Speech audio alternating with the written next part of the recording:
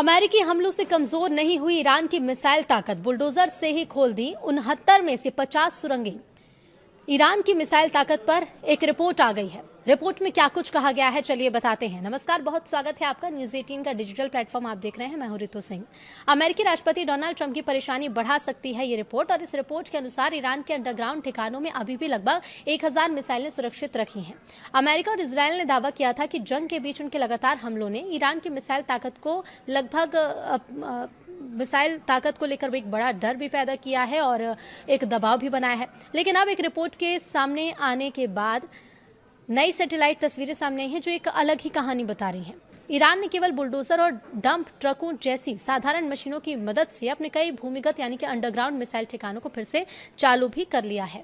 अब विशेषज्ञों का ये कहना है कि सिर्फ सुरंगों के मुहाने उड़ाकर ईरान की मिसाइल क्षमता खत्म नहीं की जा सकती। अगर युद्ध दोबारा शुरू होता है तो ईरान के पास अब भी इतने मिसाइल मौजूद हैं कि वो लंबे समय तक हमले जारी रख सकता है। तो चलिए बताते हैं कि इस रिपोर्ट में दावे क्या क्या किए गए हैं।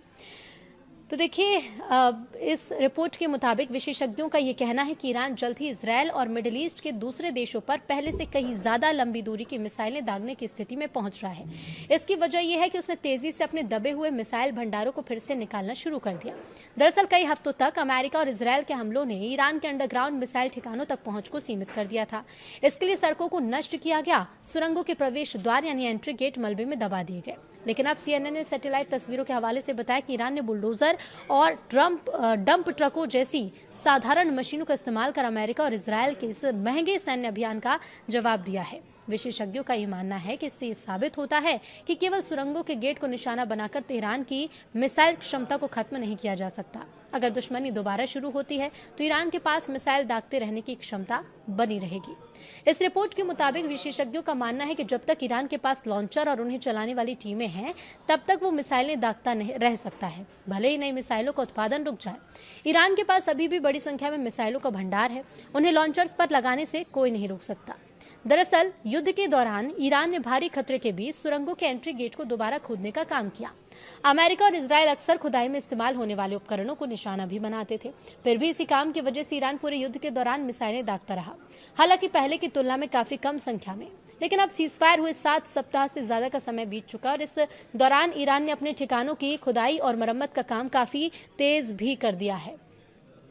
इधर मिसाइल ठिकानों के 69 सुरंग प्रवेश द्वारों को निशाना भी बनाया गया था।